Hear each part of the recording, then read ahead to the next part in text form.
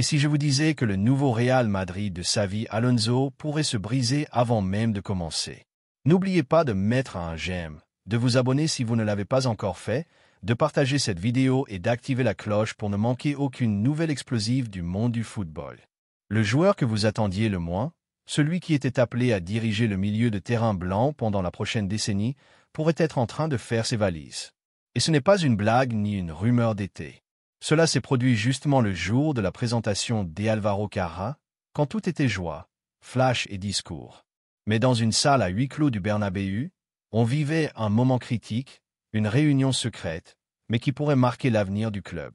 Car tandis que Xavi Alonso peaufinait les derniers détails de sa pré-saison et que la presse se concentrait sur les nouveaux maillots, un milieu de terrain clé s'asseyait face à Florentino Pérez et lui posait sur la table une bombe. J'ai une offre de 80 millions du PSG et je la considère sérieusement. Ce joueur est le même qui semblait être le bouclier du futur, le même qui a refusé Liverpool pour venir à Madrid, le même qui a reçu il y a à peine quelques semaines une offre irréfusable en argent et en statut. Et le plus scandaleux, tout cela a commencé dans les vestiaires de la Coupe du Monde des clubs alors que personne ne regardait. L'histoire commence aux États-Unis pendant l'affrontement entre le PSG et le Real Madrid pour la Coupe du Monde des clubs. Un match rude avec des frictions, intenses, et avec un Florentino sérieux, car son équipe semblait avoir perdu l'envie de jouer au football. Jusqu'à ce que le président du PSG, Nasser Al-Khelaifi, descende officiellement au vestiaire pour saluer, et officieusement pour tâter le terrain.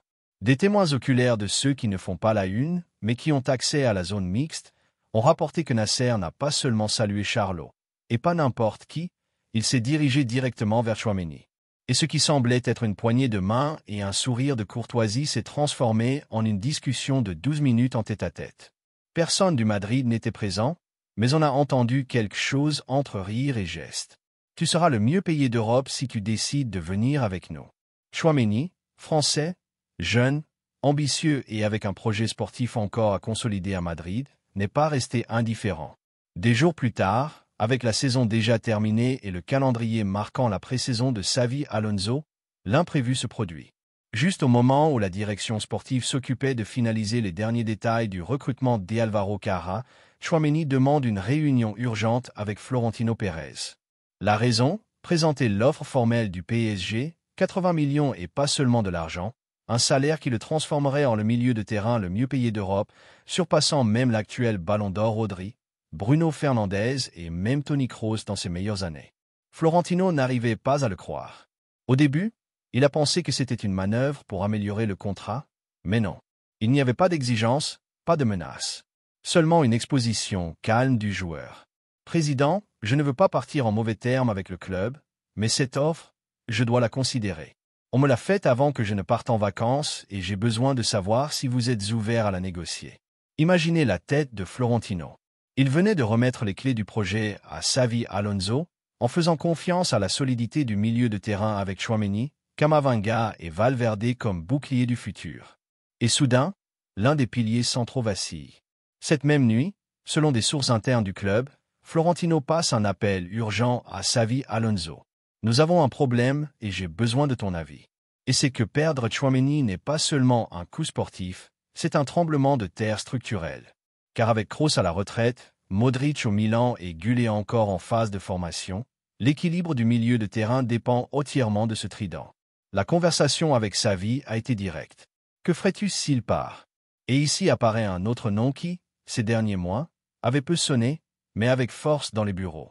Angelo Steel, l'Allemand, jeune, puissant, avec un profil de coupure et de pas similaire à celui du Français, avait déjà été proposé au Real Madrid des semaines auparavant, mais son prix semblait illogique, 55 millions, presque ce qu'ils ont payé pour Tchouaméni il y a 2 ans, à l'époque écarté, mais maintenant tout change. Xavi Alonso le connaît bien, l'a suivi en Bundesliga et bien qu'il n'ait pas le prestige médiatique du Français, tactiquement il peut être même plus discipliné. Ce n'est pas la même chose, mais nous pouvons l'adapter. Et lui, il veut venir, aurait dit Xavi, selon des sources proches de l'entraîneur.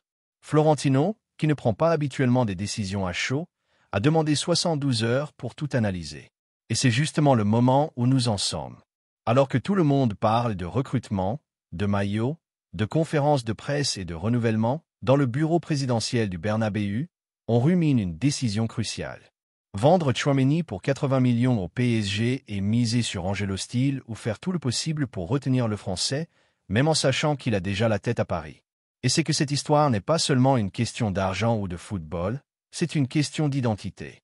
Le Real Madrid n'est pas un club vendeur, il ne l'a jamais été. Mais dans cette nouvelle étape de transition, avec un entraîneur novice mais avec beaucoup de tête, la flexibilité sera clé. Car n'oublions pas une chose, ce n'est pas une fuite fortuite. L'offre est arrivée par le joueur lui-même, pas par son agent ni par son entourage. Lui-même a demandé à s'asseoir avec le président. Cela, au Real Madrid, signifie beaucoup. C'est un geste qui indique que le joueur a déjà visualisé son départ. Ce n'est pas un coup de bluff, c'est une décision réfléchie. Et pendant ce temps, le PSG, en silence, se frotte les mains. Avec le départ plus que probable de Joao Neves et le profil de Vitinha, sans un compagnon physique à côté, l'arrivée de Tchouaméni s'emboîterait comme un gant dans le projet français. De plus, donner le bâton du milieu de terrain à un jeune Français en pleine année d'Euro est un mouvement stratégique de marketing brutal. Le PSG ne recrute pas seulement pour la performance, il recrute pour l'image et Tchouaméni leur donne exactement ce qu'ils cherchent.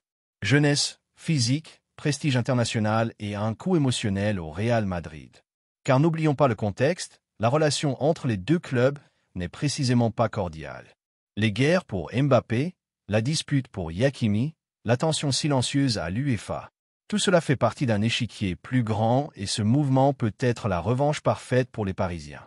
En résumé, nous avons tous les ingrédients d'une histoire d'été qui pourrait ne pas en rester là.